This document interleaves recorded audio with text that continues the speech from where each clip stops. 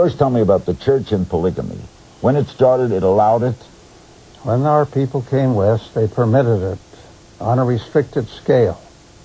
You could have a certain amount of... The figures that I have are from between 2% and 5% of our people were involved in it. It was a very limited practice, carefully safeguarded.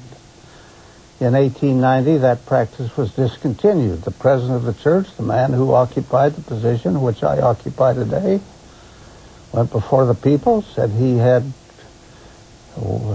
prayed about it, worked on it, and had received from the Lord a revelation that the time to stop was to discontinue it. Then, that's 118 years ago.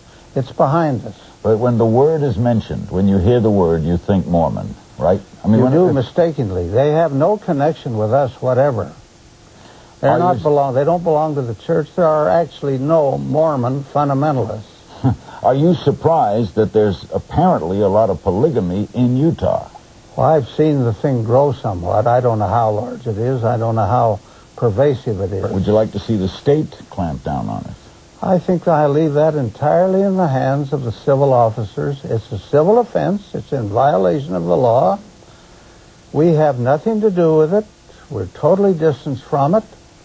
And if the state chooses to move on it, that's a responsibility of civil officers. But President Hinckley, when the press pays attention to it, it does affect you, certainly, in a public relations sense. It does, because people mistakenly assume that this church has something to do with it. It has nothing whatever to do with it. It has had nothing to do with it for a very long time. It's outside the realm of our responsibility. These people are not members. Any man or woman who becomes involved in it is excommunicated from the church. Prosecutors in Utah quoted as saying, they told the Salt Lake Tribune, that it's difficult to prosecute polygamists because of a lack of evidence, and ex-wives and daughters rarely complain about it. Well, do you see that as a problem? It's secretive. There's a certain element of secretiveness about it.